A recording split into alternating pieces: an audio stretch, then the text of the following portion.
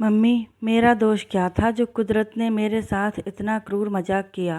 नंदिता अपनी माँ से रो रो कर पूछ रही थी। उसके रुदन से माँ का कलेजा फटा जा रहा था। वे क्या जवाब दें। बेटी का दुख इस कदर हावी हो रहा था कि जैसे उनके खुद के प्राण ना निकल जाएं। बूढ़ी हड्डियाँ कितना सहन करेंगी। पिता का भी वही हाल था। भाई बहन सभी की आंखें गीली थीं। सभी उसे धैर्य बंधा रहे थे, मगर वह थी कि रोना बंद करने का नाम नहीं ले रही थी। नंदिता की यह दूसरी शादी थी। पहले से उसे एक लड़की मीना है। वह 5 साल की रही होगी जब उसके पिता एक एक्सीडेंट में गुजर गए। नंदिता के लिए इस हादसे को सह पाना आसान न था। मात्र 30 साल की होगी नंदिता जब उसे वैधव्य का असहनीय दुख झेलना पड़ा। गोरी चिट्टी तीखे नैन नक्श वाली नंदिता में चित्ताकर्षण के सारे गुण थे। खूबसूरत इतनी थी कि जो उसे एक बार देखे बस देखता ही रह जाए।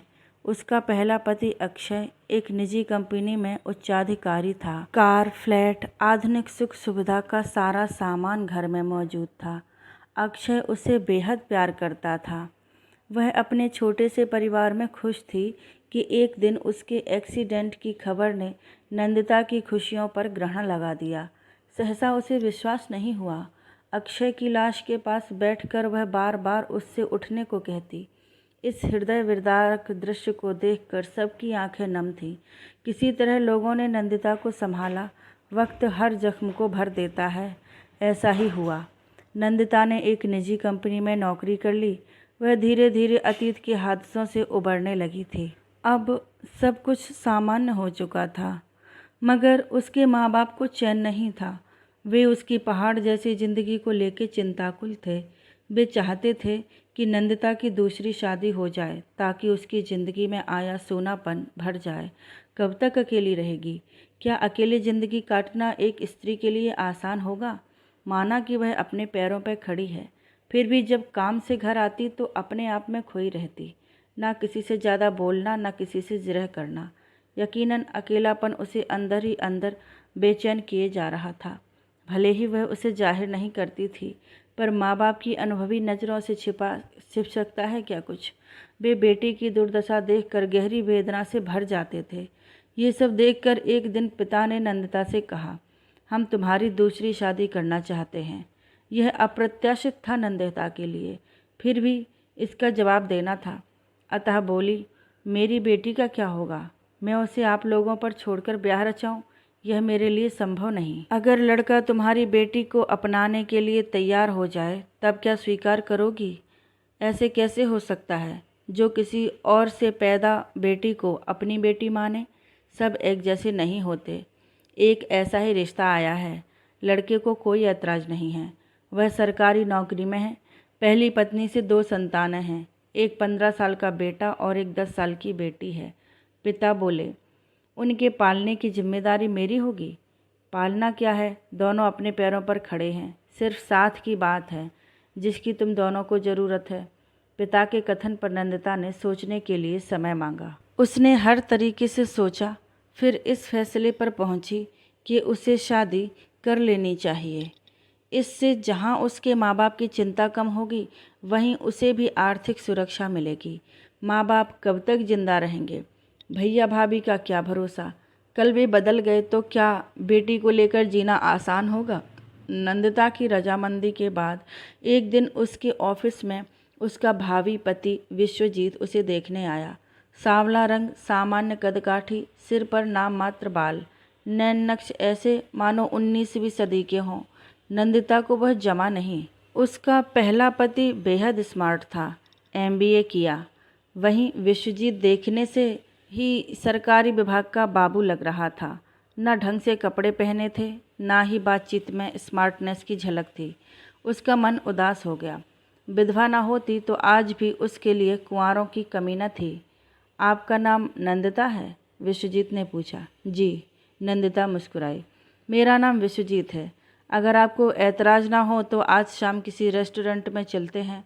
कुछ देर के लिए नंदिता हिचकिचाई, फिर खुद को संयत कर उससे क्षमा मांग कर एकांत में आई। अपनी माँ को फ़ोन लगाया। माँ ने उसके साथ जाने की इजाज़त दे दी। ना चाहते हुए भी वह विश्वजीत के साथ रेस्टोरेंट में गई। कॉफ़ी के सिप के बीच विश्वजीत बोला, क्या आप शादी के लिए तैयार हैं? नंदिता के सामने दूसरा कोई चारा ना था। उसे लगा रंग रूप अपनी जगह है, मगर ज़िंदगी जीने के लिए एक पारिवारिक व्यक्ति होना बेहद ज़रूरी है, साथ में उसका आर्थिक भविष्य भी सुनिश्चित हो। यही सब सोचकर उसने उसके रंग रूप को नज़रअंदाज कर दिया। मुझे अपनी बेटी की फ़िक्र है, क्या आप उसे पिता का नाम देंगे? नंदिता के चेहरे पर चिंता की लकीरें साफ थीं। क्यों नहीं? जब आप मेरे बेटे बेटी को माँ का प्यार देंगी तो मैं भला क्यों पिता के फ़र्ज से विमुख होऊंगा। आपकी बेटी मेरी बेटी होगी, भरोसा रखिए। मैं आपको शिकायत का मौका कभी नहीं दूंगा। मुझे अलग से कुछ नहीं चाहिए। मैं सिर्फ इस बात के लिए आश्वस्त होना चाहूँगी कि आप अपने और मेरे में कोई भेद नहीं करेंगे। ऐसा ही होगा। विश्वजीत मुस्कुराया। नंदिता को विश्वजीत के कथन में सत्यता नजर आई। शादी के लिए हाँ कर दी। शादी संपन्न हो गई। नंदिता ने नौकरी छोड़ दी। धीरे धीरे उसने खुद को नए माहौल के अनुरूप ढाल लिया। विश्वजीत के लिए वह किसी हूर से कम नहीं थी। करीबियों को छोड़िए, उसके दूर दूर के रिश्ते में नंदिता जैसी कोई खूबसूरत महिला नहीं थी। इसी के बल पर वह विश्वजीत के दिल पर राज करने लगी। विश्वजीत की हालत यह थी कि जब उसे नंदिता धकेलती तब कहीं ऑफिस जाता, वरना उसी के मुँह पाश में बंधकर समय काटना उसे अच्छा लगता। ऑफिस जाता तो भी नंदिता को 10 बार फ़ोन लगाकर अपना हाले दिल बयां करता रहता। 2 साल गुजर गए। इसी बीच वह एक लड़के की माँ भी बन गई। बच्चा दोनों की सहमति से पैदा हुआ। नंदिता के लिए यह अच्छी खबर थी। एक लड़की तो थी ही, अब एक लड़के की माँ भी बन गई थी। बच्चे की माँ बनते ही नंदिता का पूरा ध्यान उसी पर लग गया। लड़का पूरी तरह अपनी माँ पर गया था, एकदम गोरा। कहीं से नहीं लगता था कि वह विश्वजीत का बेटा है। ऐसा बेटा पाकर विश्वजीत निहाल था। यों बेटे का नाम सुबोध रखा। एक दिन विश्वजीत की बड़ी बहन सुमन हालचाल लेने चली आई। जब तक विश्वजीत की दूसरी शादी नहीं हो गई थी तब तक घर की देखभाल वही करती थी। जब शादी हो गई तो आना जाना कम कर दिया। उसका अपना भी परिवार था। विश्वजीत का हाल लेने के बाद वह विश्वजीत की पहली पत्नी से पैदा बेटे अंकित और बेटी अनुराधा के कमरे में आई। विश्वजीत नंदिता के साथ नीचे रहता तो उसकी दोनों संतानें दूसरी मंजिल पर। पढ़ाई लिखाई कैसी चल रही है? कमरे में घुसते ही विश्वजीत की बहन ने पूछा। दोनों अपनी पढ़ाई छोड़कर बुआ जी की तरफ मुखातिब हो गए। ठीक चल रही है, अंकित बोला। क्या बात है, तुम्हारी आवाज़ इतनी दबी क्यों है? सब ठीक तो है? सुमन ने भांप लिया। उसने फिर पूछा, नई माँ कैसी है? अंकित समझदार था, इसलिए कुछ नहीं बोला। वहीं अनुराधा बोल पड़ी, पापा ऊपर बहुत कमाते हैं, ज़्यादातर नीचे नई माँ और बच्चे के साथ ही रहते हैं। पहले रोज़ हमारे लिए बाजार से कुछ न कुछ लाते थे, अब सिवाय डांटने के उन्हें कुछ नहीं सोचता। सुनकर सुमन को बहुत दुख हुआ। उसे अपने ही बच्चे पराये लगने लगे। ऐसा होना स्वाभाविक था, मगर इस कदर अपने बच्चों से बेखबर हो जाएगा, इसकी कल्पना उसने नहीं की थी। सुमन को विश्वजीत का दोबारा बाप बनना नागवार गुजरा। जब पहले से ही 2 संतानें थीं, नंदिता की जोड़ें तो 3, उस पर एक और बेटा लाना कहाँ की समझदारी थी। सुमन को विश्वजीत मूर्ख लगा, जो अपनी बीवी के रंग रूप में ऐसा डूबा कि सही गलत का फैसला भी नहीं कर पाया। सुमन पहले से ही उसके इस फैसले से खिन्न थी। एक बार सोचा विश्वजीत से इस संदर्भ में बात करे, उसे दुनियादारी सिखाए, पर फिर अगले ही पल सोचा यह उन लोगों का आपसी मामला है, बिना वजह बुरा बनेगी। विचार प्रक्रिया बदली तो सोचा उनका आपसी मामला बताकर क्या वह अपनी जिम्मेदारी से भाग नहीं रही है? क्या उसका इस परिवार पर कोई हक नहीं? सगी बहन है, कोई सौतेली माँ नहीं।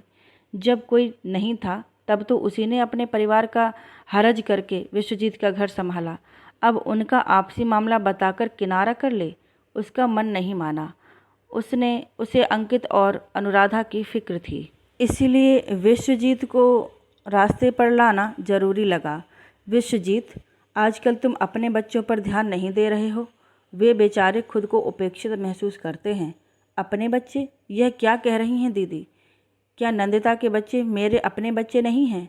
मैंने यह कब कहा? मगर तुम्हें उन पर विशेष ध्यान देना चाहिए क्योंकि वे बिन माँ के हैं। विश्वजीत को सुमन की बात बुरी लगी। सुमन आगे बोली, सुना है तुमने अनुराधा का नाम पहले वाले स्कूल से कटवाकर उसे एक छोटे स्कूल में डलवा दिया है। दूसरे कमरे में अपने नवजात को दूध पिलाते हुए नंदिता सारी बातें सुन रही थी। एक बार सोचा इसका प्रतिकार करे, मगर भाई बहन का आपसी मामला समझकर चुप रही। स्कूल इसलिए छुड़वा दिया क्योंकि उसकी फीस बहुत ज़्यादा थी। अंकित का पढ़ाई में मन नहीं लग रहा था। ऐसे में बिना वजह महंगे स्कूल में डालने का क्या औचित्य, इसीलिए सस्ते स्कूल में डलवा दिया। सुमन के स्वर में व्यंग का पुट था। तुम उसकी पढ़ाई लिखाई पर ध्यान देते हो तो वह कमज़ोर नहीं होती। तुम्हारा सारा ध्यान नंदिता के इर्द गिर्द रहता है। सुमन का कथन विश्वजीत को शूल की तरह चुभ गया। अतः गुस्से में बोला, दीदी बेहतर होगा तुम इस पचड़े में ना पड़ो। नंदिता मेरी पत्नी है, मैं उसका ध्यान नहीं रखूँगा तो कौन रखेगा। बीबी का ख्याल है, अपने खून का नहीं। सुमन तल्ख स्वर में बोली, अब मैं तुम्हारे घर कभी नहीं आऊँगी। अंकित और अनुराधा को नहीं पाल सकते तो मेरे यहाँ छोड़ देना, मैं देख लूँगी, कहकर सुमन चली गई। विश्वजीत खून का घूंट पीकर रह गया। उसका मन तो किया कि सुमन को खूब खरी खोटी सुनाए, मगर हिम्मत नहीं हुई। उस दिन पति पत्नी दोनों में इस बात को लेकर खूब कहासुनी हुई। नंदिता कहने लगी, मैंने सपने में भी ना सोचा था कि तुम्हारे बच्चे इस हद तक गिर सकते हैं। क्या ज़रूरत थी सुमन दीदी के कान भरने की? क्या नहीं उन्हें यहाँ मिल रहा है? लगाई बुझाई करना कोई इनसे सीखे। और फिर वह मुंह फुलाकर बैठ गई। विश्वजीत को काफ़ी देर तक उसे मनाना पड़ा, तब जाकर मानी। उधर सुमन का मन विश्वजीत के रवैये से खिन्न था। नंदिता का रंग रूप इस कदर हावी हो गया कि अपना खून ही बेगाना लगने लगा। नंदिता की बेटी को अच्छे से अच्छे कपड़े लाना, बड़े स्कूल में दाखिला दिलाना, बाजार मॉल घुमाना, उसकी उल्टी सीधी हर मांग पूरी करना, प्यार दुलार मनुहार सब नंदिता के ही परिवार तक सिमट गया। विश्वजीत के व्यवहार में आए इस परिवर्तन से उसकी सभी बहनें उससे कटने लगीं, मगर विश्वजीत को कोई फर्क नहीं पड़ा। उसके लिए नंदिता ही सब कुछ थी। नंदिता ने इसका भरपूर फ़ायदा उठाया। विश्वजीत के मकान पर नंदिता का नाम चढ़ गया। ऑफिस में पत्नी की जगह नंदिता का नाम हो गया। ये सब नंदिता ने खुद को आर्थिक रूप से सुरक्षित करने के लिए किया। अंकित से कुछ भी छिपा नहीं था। राखी के दिन जब वह सुमन के घर आया तो सारी बातों का खुलासा कर दिया। सारी बात जानने के बाद सुमन बोली, नंदिता ने अच्छा नहीं किया। आते ही तुम्हारी माँ के सारे गहने ले लिए, अब धीरे धीरे हर चीज़ पर कब्जा करती जा रही है। माँ का जिक्र आते ही अंकित की आंखें भर आईं। भरे कंठ से बोला, माँ होती तो ये सब ना होता। सब समय का खेल है। कल विश्वजीत के लिए तुम्हारी माँ ही सब कुछ थी। बदलाव आता है, मगर बस विश्वजीत इतना बदल जाएगा मुझे सपने में भी भान नहीं था। खैर छोड़ो, तुम्हारी पढ़ाई कैसी चल रही है? जल्दी से पढ़ लिख कर अपने पैरों पर खड़े हो जाओ, सब ठीक हो जाएगा। बुआ जी, मुझे अनुराधा की फ़िक्र होती है। सोचता हूँ जितनी जल्दी हो सके मैं कमाने लायक हो जाऊँ ताकि उसकी अच्छी से शादी कर सकूँ। अंकित की बातों से लगा सचमुच वह समझदार हो गया है। सुमन का मन भर आया। अंकित ने सिविल सर्विसेज की तैयारी की और उसमें सफल हो गया। उसके नौकरी पा जाने पर नंदिता ज़्यादा खुश नहीं थी। उसकी नज़र में अंकित औसत बुद्धि का लड़का था, वहीं विश्वजीत खुश था। नंदिता को लगा विश्वजीत का झुकाव कहीं अंकित की तरफ ना हो जाए, इसलिए तंज कसने से बाज नहीं आती। सब कुछ ठीक ठाक चल रहा था कि एक दिन मनहूस खबर आई कि विश्वजीत को फूड पॉइजनिंग हो गया है। वह शहर से 100 किलोमीटर दूर एक गांव में शादी अटेंड करने अकेला गया था।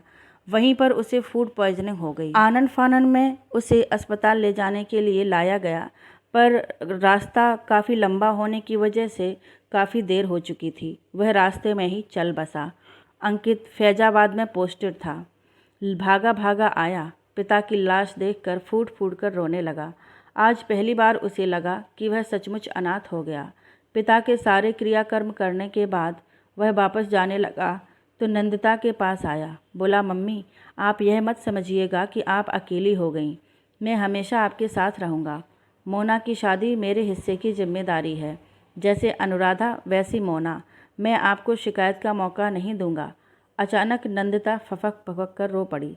वहाँ बैठे सबके मन अचंभित हो गए। अंकित के पास बैठी सुमन से बोला, बुआ, माँ को देखिए क्या हो गया है। एक बारगी सुमन को लगा क्यों वह उससे सहानुभूति जताने जाए, जैसा किया वैसा भुगते। बुआ की दुविधा अंकित ने भांप ली। उसे अच्छा नहीं लगा। जो भी हो वह उसकी माँ है।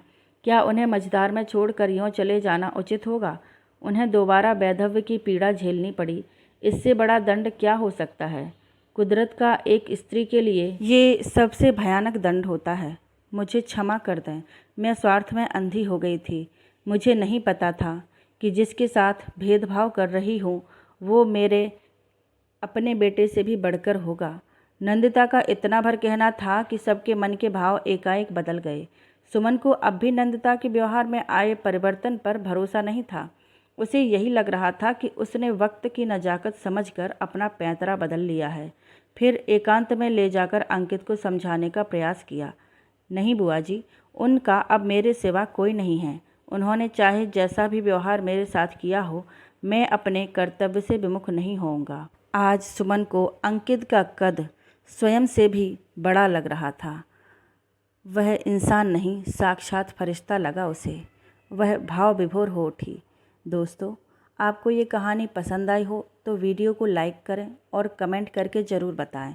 चैनल को सब्सक्राइब करना ना भूलें। धन्यवाद। हर हर महादेव।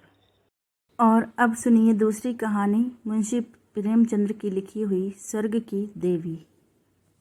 भाग्य की बात, शादी ब्याह में आदमी का क्या अख्तियार। जिससे ईश्वर ने या उनके नायाबों ब्राह्मणों ने तय कर दी उससे हो गई। बाबू भारत दास ने लीला के लिए सुयोग्य वर खोजने में कोई बात उठा नहीं रखी, लेकिन जैसा घरवर चाहते थे वैसा ना पा सके। वह लड़की को सुखी देखना चाहते थे, जैसा हर एक पिता का धर्म है, किंतु इसके लिए उनकी समझ में संपत्ति ही सबसे जरूरी चीज़ थी। चरित्र या शिक्षा का स्थान गौण था। चरित्र तो किसी के माथे पर लिखा ही नहीं रहता, और शिक्षा का आजकल के ज़माने में मूल्य ही क्या है। हाँ, संपत्ति के साथ शिक्षा भी हो तो क्या पूछना। ऐसा घर ढूंढने उन्होंने बहुत ढूंढा, पर ना मिला। ऐसे घर हैं ही कितने जहाँ दोनों पदार्थ मिलें। दो चार मिले भी तो अपनी बिरादरी के ना थे। बिरादरी भी मिली तो जायज़ा न मिला। जायज़ा भी मिला तो शर्तें तय न हो सकीं। इस तरह मजबूर होकर भारत दास को लीला का विवाह लाला संत सरन के लड़के सीता सरन से करना पड़ा। अपने बाप का इकलौता बेटा था। थोड़ी बहुत शिक्षा भी पाई थी। बातचीत सलीके से करता था। मामले मुकदमे समझता था और जरा दिल का रंगीला भी था। सबसे बड़ी बात यह थी कि रूपवान, बलिष्ठ, प्रसन्न मुख, साहसी आदमी था, मगर विचार वही बाबा आदम के ज़माने के थे। पुरानी जितनी बातें हैं सब अच्छी, नई जितनी बातें हैं सब खराब। जायदाद के विषय में जमींदार साहब नए नए दफ़ों का व्यवहार करते थे। वहाँ अपना कोई अख्तियार ना था, लेकिन सामाजिक प्रथाओं के कट्टर पक्षपाती थे। सीता सरन अपने बाप को जो ये करते या कहते देखता वही खुद भी कहता और करता था। उसमें खुद सोचने की शक्ति ना थी। बुद्धि की मंदता बहुधा सामाजिक अनुदारता के रूप में प्रकट होती है। लीला ने जिस दिन घर में पांव रखा उसी दिन उसकी परीक्षा शुरू हो गई। वे सभी काम जिनकी उसके घर में तारीफ होती थी यहाँ वर्जित थे। उसे बचपन से ताज़ी हवा पर जान देना सिखाया गया था। यहाँ उसके सामने मुंह खोलना भी पाप था। बचपन से सिखाया गया था रोशनी ही जीवन है। यहाँ रोशनी के दर्शन भी दुर्लभ थे। घर पर अहिंसा, क्षमा और दया ईश्वरीय गुण बताए गए थे। यहाँ इसका नाम लेने की भी स्वाधीनता न थी। संत सरन बड़े तीखे गुस्सेवर आदमी थे। नाक पर मक्खी ना बैठने देते। धूर्तता और छल कपट से ही उन्होंने जायदाद पैदा की थी और उसी को सफल जीवन का मंत्र समझते थे। उनकी पत्नी उनसे भी 2 उंगल ऊंची थी। मजाल क्या कि बहू अपनी अंधेरी कोठरी के द्वार पर खड़ी हो जाए या कभी छत पर टहल सके। प्रलय आ जाता, आसमान सिर पर उठा लेती। उन्हें बकने का मर्ज था। दाल में नमक का जरा तेज हो जाना उन्हें दिन भर बकने के लिए काफ़ी बहाना था। मोटी ताजी महिला थीं। छींट का घाघरेदार लहंगा पहने, पानदान बगल में रखे, गहनों से लदी हुई, सारे दिन बरोठे में माची पर बैठी रहती थीं। क्या मजाल कि घर में उनकी इच्छा के विरुद्ध एक पत्ता भी हिल जाए। बहू की नई नई आदतें देख देख जला करती थीं। अब काहे को आबरू रहेगी, मुंडेर पर खड़ी होकर झांकती है। मेरी लड़की ऐसी दीदा दिलेर होती तो गला घोंट देती। ना जाने इसके देश में कौन लोग बसते हैं। गहने नहीं पहनती, जब देखो नंगी बुच्ची बनी बैठी रहती है। यह भी कोई अच्छे लक्षण है। लीला के पीछे सीतासरन पर भी फटकार पड़ती। तुझे भी चांदनी में सोना अच्छा लगता है, क्यों? तू भी अपने को मर्द कहेगा? वह मर्द कैसा कि औरत उसके कहने में न रहे। दिन भर घर में घुसा रहता है, मुँह में जबान नहीं है। समझाता क्यों नहीं? सीतासरन कहता, अम्मा, जब कोई मेरे समझाने से माने तब तो। माँ, मानोगी क्यों नहीं? तू मर्द है कि नहीं? मर्द वह चाहिए कि कड़ी निगाह से देखे तो औरत कांप उठे। सीतासरन, तुम तो समझाती ही रहती हो। माँ, मेरी उसे क्या परवाह? समझती होगी बुढ़िया 4 दिन में मर जाएगी, तब मैं मालकिन हो ही जाऊंगी। सीतासरन, तो मैं भी तो उसकी बातों का जवाब नहीं दे पाता। देखती नहीं हो कितनी दुर्बल हो गई है, वह रंग ही नहीं रहा। उस कोठरी में पड़े पड़े उसकी दशा बिगड़ती जाती है। बेटे के मुंह से ऐसी बातें सुन माता आग हो जाती और सारे दिन जलती, कभी भाग्य को कोसती, कभी समय को। सीतासरन माता के सामने तो ऐसी बातें करता, लेकिन लीला के सामने जाते ही उसकी मति बदल जाती थी। वह वही बातें करता जो लीला को अच्छी लगती, यहाँ तक कि दोनों वृद्धा की हंसी उड़ाते। लीला को इसमें और कोई सुख न था। वह सारे दिन कुढ़ती रहती, कभी चूल्हे के सामने ना बैठी थी, पर यहाँ पर पसेरियों आटा थोपना पड़ता था। मजूरों और टहलुओं के लिए भी रोटियां पकानी पड़ती। कभी कभी वह चूल्हे के सामने बैठी घंटों रोती। यह बात ना थी कि यह लोग कोई महाराज रसोइया ना रख सकते हों, पर घर की पुरानी प्रथा यही थी कि बहू खाना पकाए और उस प्रथा को निभाना जरूरी था। सीतासरन को देखकर लीला का संतप्त हृदय एक क्षण के लिए शांत हो जाता था। गर्मी के दिन थे और संध्या का समय। बाहर हवा चलती, भीतर देह फूकती थी। लीला कोठरी में बैठी एक किताब देख रही थी कि सीतासरन ने आकर कहा, यहाँ तो बड़ी गर्मी है, बाहर बैठो। लीला, यह गर्मी उन तानों से अच्छी है जो अभी सुनने पड़ेंगे। सीतासरन, आज अगर बोली तो मैं भी बिगड़ जाऊंगा। लीला, तब तो मेरा घर में रहना भी मुश्किल हो जाएगा। सीतासरन, बला से अलग ही रहेंगे। लीला, मैं तो मर भी जाऊं तो भी अलग न रहूं। वह जो कुछ कहती सुनती हैं, अपनी समझ से मेरे भले के लिए ही कहती सुनती। उन्हें मुझसे कोई दुश्मनी थोड़ी ही है। हाँ, हमें उनकी बातें अच्छी न लगें, यह दूसरी बात है। उन्होंने खुद वह सब कष्ट झेले हैं जो वह मुझे झिलवाना चाहती हैं। उनके स्वास्थ्य पर उन कष्टों का जरा भी असर नहीं पड़ा। वह इस 65 वर्ष की उम्र में भी मुझसे कहीं टाँठी हैं। फिर उन्हें कैसे मालूम हो कि इन कष्टों से स्वास्थ्य बिगड़ सकता है? सीतासरन ने उसके मुरझाए हुए मुख की ओर करुण नेत्रों से देखकर कहा, तुम्हें इस घर में आकर बहुत दुख सहना पड़ा। यह घर तुम्हारे योग्य न था। तुमने पूर्व जन्म में जरूर कोई पाप किया होगा। लीला ने पति के हाथों से खेलते हुए कहा, यहाँ ना आती तो तुम्हारा प्रेम कैसे पाती। 5 साल गुजर गए। लीला 2 बच्चों की माँ हो गई। एक लड़का था, दूसरी लड़की। लड़के का नाम जानकी शरण रखा गया और लड़की का नाम कामिनी। दोनों बच्चे घर को गुलजार किए रहते थे। लड़की दादा से हिली थी, लड़का दादी से। दोनों शोख और शरीर थे। गाली दे बैठना, मुंह चढ़ा देना तो उनके लिए मामूली बात थी। दिन भर खाते और आए दिन बीमार पड़ते रहते। लीला ने खुद सभी कष्ट सह लिए थे, पर बच्चों में बुरी आदतों का पड़ना उसे बहुत बुरा मालूम होता था, किंतु उसकी कौन सुनता था। बच्चों की माता होकर उनकी अब गणना ही ना रही थी। जो कुछ थे बच्चे थे, वह कुछ न थी। उसे किसी बच्चे को डांटने का भी अधिकार न था। सांस फाड़ खाती थी। सबसे बड़ी आपत्ति यह थी कि उसका स्वास्थ्य अब और भी खराब हो गया था। प्रसव काल में उसे वे भी अत्याचार सहने पड़े जो अज्ञान, मूर्खता और अंधविश्वास ने सौर की रक्षा के लिए गढ़ रखे हैं। उस काल कोठरी में जहाँ हवा का गुजर था, न प्रकाश का, न सफाई का, चारों ओर दुर्गंध और सील और गंदगी भरी हुई थी। उसका कोमल शरीर सूख गया। एक बार जो कसर रह गई थी वह दूसरी बार पूरी हो गई। चेहरा पीला पड़ गया, आंखें धंस गईं। ऐसा मालूम होता बदन में खून ही नहीं रहा, सूरत ही बदल गई। गर्मियों के दिन थे। एक तरफ आम पके, दूसरी तरफ खरबूजे। इन दोनों फलों की ऐसी अच्छी फसल पहले कभी न हुई थी। अब की इनमें इतनी मिठास ना जाने कहाँ से आ गई थी कि कितना ही खाओ मन न भरे। संत सरन के इलाके से आम और खरबूजे के टोकरे भरे चले आते थे। सारा घर खूब उछल उछल खाता था। बाबू साहब पुरानी हड्डी के आदमी थे। सवेरे 1 सैकड़े आमों का नाश्ता करते, फिर पसेरी भर खरबूजे चट कर जाते। मालकिन उनसे पीछे रहने वाली ना थी। उन्होंने तो एक वक्त का भोजन ही बंद कर दिया। अनाज सड़ने वाली चीज़ नहीं, आज नहीं कल खर्च हो जाएगा। आम और खरबूजे तो एक दिन भी नहीं ठहर सकते। सुधनी थी और क्या। यूं ही हर साल दोनों चीज़ों की रेल पेल होती थी, पर किसी को कभी कोई शिकायत न होती थी। कभी पेट में गिरानी मालूम हुई तो हड़की फंकी मार ली। एक दिन बाबू संत सरन के पेट में मीठा मीठा दर्द होने लगा। आपने उसकी परवाह ना की, आम खाने बैठ गए। सैकड़ा पूरा करके उठे ही थे कि कै हुई, गिर पड़े। फिर तो तिल तिल पर कै और दस्त होने लगे। हैजा हो गया। शहर के डॉक्टर बुलाए गए, लेकिन उनके आने के पहले ही बाबू साहब चल बसे थे। रोना पीटना मच गया।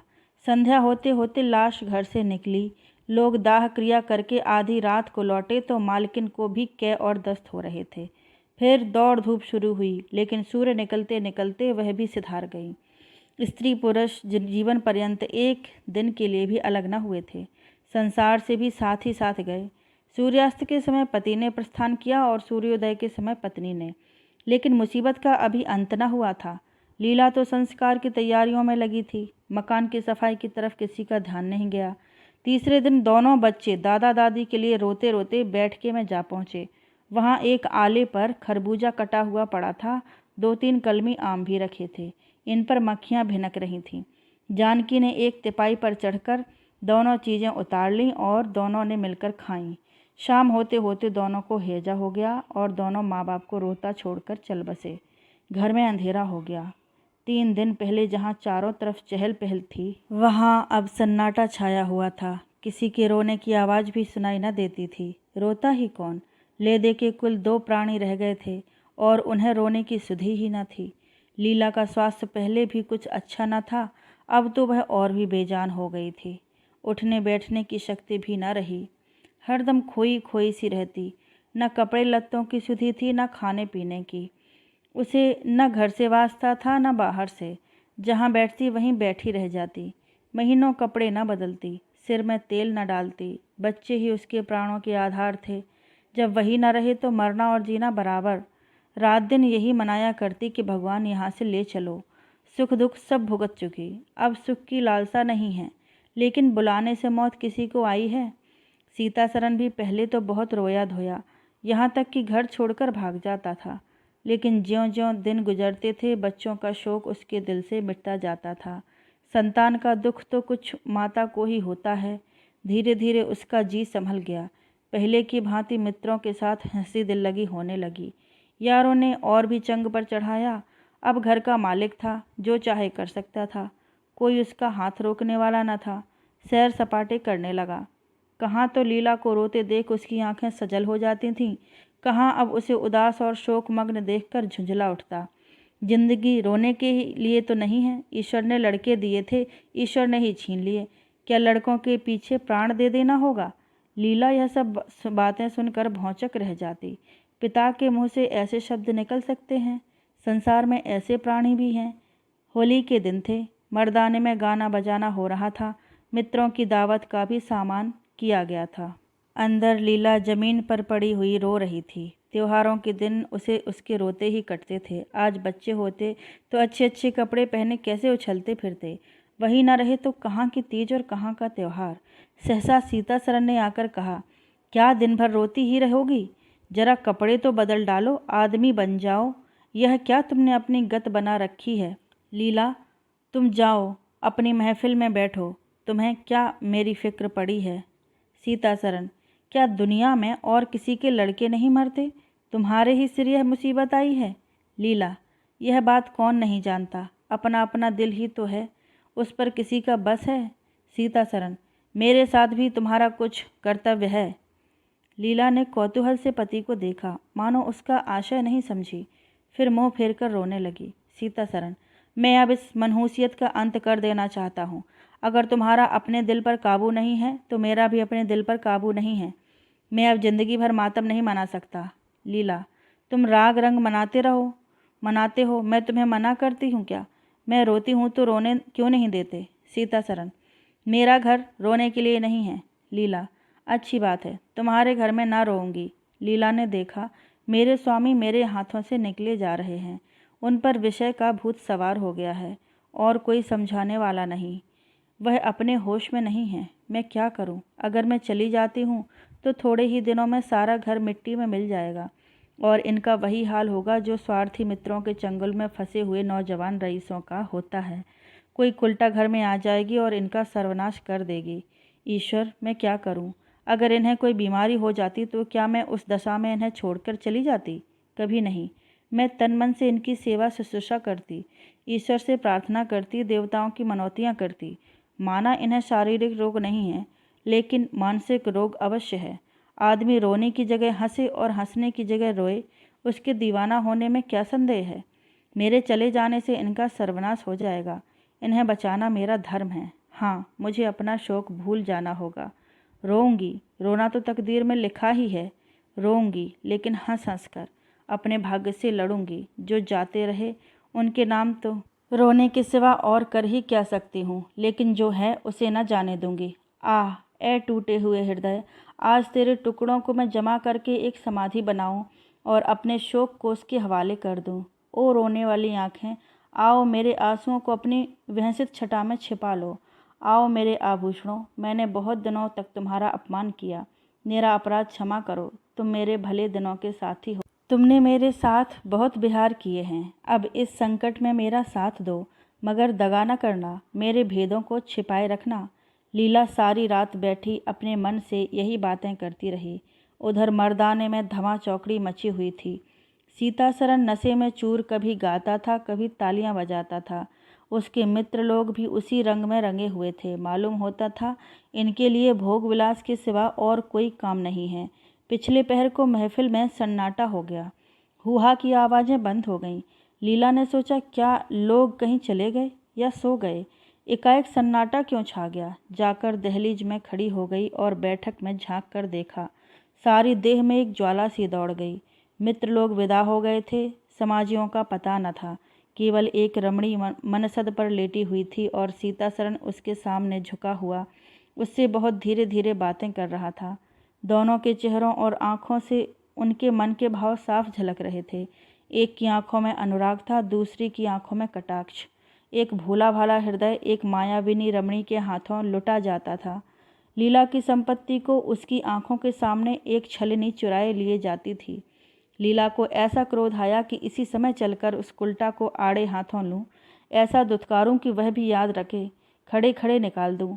वह पत्नी भाव जो बहुत दिनों से सो रहा था जाग उठा और उसे विकल करने लगा, पर उसने जब्त किया। बेग से दौड़ती हुई तृष्णाएं अकस्मात ना रोकी जा सकती थीं। वह उल्टे पांव भीतर लौट आई और मन को शांत करके सोचने लगी। वह रंग रूप में, हाव भाव में, नखे तिल्ले में उस दुष्टा की बराबरी नहीं कर सकती। बिल्कुल चांद का टुकड़ा है।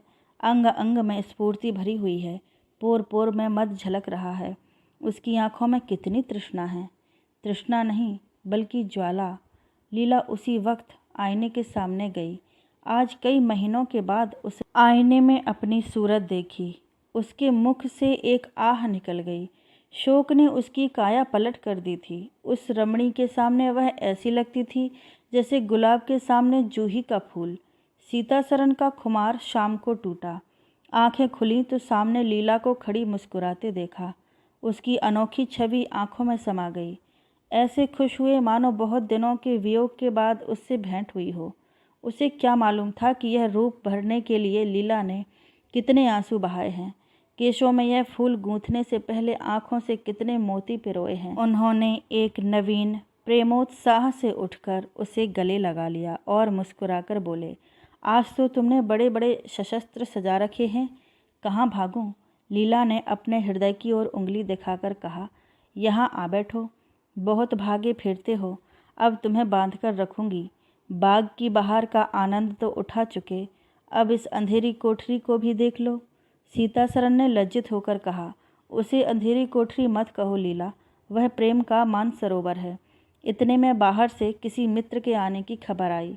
सीतासरन चलने लगे तो लीला ने उनका हाथ पकड़कर कहा, मैं न जाने दूंगी। सीतासरन, अभी आता हूँ। लीला, मुझे डर लगता है कहीं तुम चले ना जाओ। सीतासरन बाहर आए तो मित्र महाशय बोले, आज दिन भर सोते ही रहे क्या? बहुत खुश नज़र आते हो। इस वक्त तो वहाँ चलने की ठहरी थी ना, तुम्हारी राह देख रही है। सीतासरन, चलने को तो तैयार हूँ, लेकिन लीला जाने नहीं देती। मित्र, निरे गाउदी ही रहे, आ गए फिर बीबी के पंजे में, फिर किस बिरते पर गरमाए थे। सीतासरन, लीला ने घर से निकाल दिया था, तब आश्रय ढूंढता फिरता था, अब उसने द्वार खोल दिए हैं और खड़ी बुला रही है। मित्र, अजी यहाँ वह आनंद कहाँ? घर को लाख सजाओ तो क्या बाग हो जाएगा? सीतासरन, भई घर बाग तो नहीं हो सकता, पर स्वर्ग हो सकता है। मुझे इस वक्त अपनी क्षुद्रता पर जितनी लज्जा आ रही है वह मैं ही जानता हूँ। जिस संतान शोक ने उसमें अपने शरीर को घुला डाला और अपने रूप लावण्य को मिटा दिया, उसी शोक को केवल मेरा एक इशारा पाकर उसने भुला दिया। ऐसा भुला दिया मानो कभी शोक हुआ ही नहीं। मैं जानता हूँ कि वह बड़े से बड़े कष्ट सह सकती है, मेरी रक्षा उसके लिए आवश्यक है। जब अपनी उदासीनता के कारण उसने मेरी दशा बिगड़ती देखी तो अपना सारा शोक भूल गई। आज मैंने उसे अपने आभूषण पहनकर मुस्कुराते हुए देखा तो मेरी आत्मा पुलकित हो उठी। मुझे ऐसा मालूम हो रहा है कि वह स्वर्ग की देवी है और केवल मुझ जैसे दुर्बल प्राणी की रक्षा करने के लिए भेजी गई है। मैंने उसे जो कठोर शब्द कहे, वे अगर अपनी सारी संपत्ति बेचकर भी वापस मिल सकते तो लौटा लेता। लीला वास्तव में स्वर्ग की देवी है।